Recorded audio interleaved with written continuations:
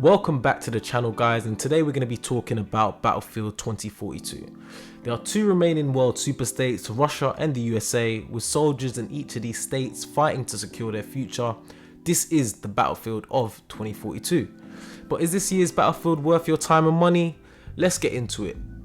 But before that, remember to like, comment and subscribe to the channel, please, as it helps to get more of these videos out there for you guys and gives me an idea of what you'd like me to review next. I will start by saying this was probably one of the most anticipated gaming releases this year for me, but after playing the beta I was extremely disappointed, but at the same time optimistic with what EA had to offer going forward with Battlefield 2042. Fast forward to November, and after 10 to 12 hours of playing all game modes, I can say that this can be a great game at times with impressive visuals, enjoyable gunplay and the excellent Battlefield portal. Let's break it down a bit. Firstly, the maps. There are 7 maps in total with this year's Battlefield 2042.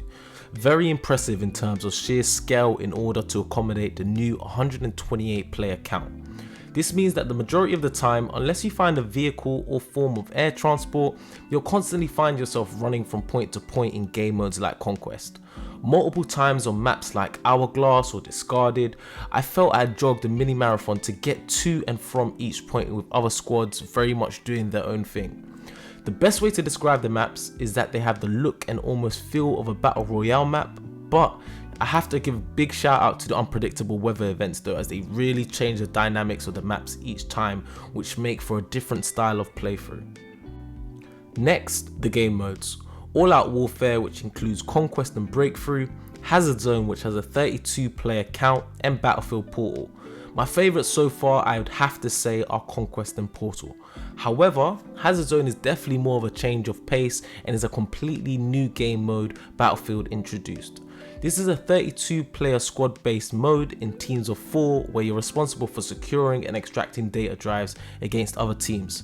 If you get a good team that sticks together and focuses on the objectives, there's lots of exciting and intense matches to be had here, but again, teamwork suffers from the lack of voice chat in game.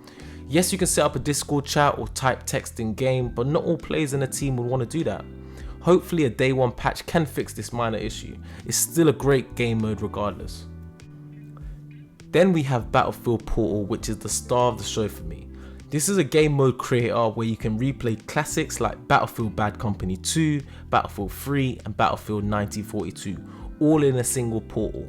It basically gives the player the ability to customize game modes and also the ability to remove specialist classes, which make for unending fun.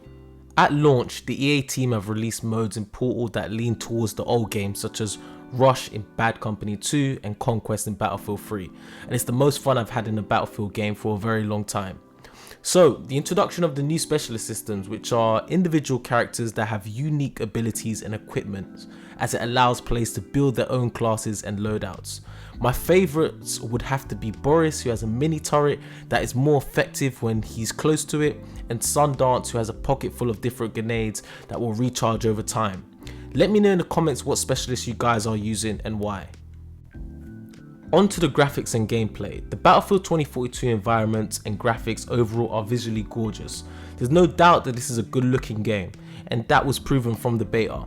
I would actually recommend you guys to buy this game on its graphics alone. However, PC players will definitely benefit more visually due to the added ray tracing feature that console players will unfortunately not have. But a big distraction are the visual and audio bugs and slight glitches, such as footsteps coming from the wrong direction. Even if there's been a reduction since the beta, I'm hoping that these get ironed out in a day one patch. Gameplay is also great and fluid. I've already spoken to the introduction of the specialist classes, but weapons are plentiful, around 40 plus in 2042 and 100 plus in Portal, and each with their own variety of customizations. My understanding is that EA will be adding additional content updates every few months, adding things like specialists, maps and weapons to the game, so the replayability value is very high. Overall, there's a really good game to be found here.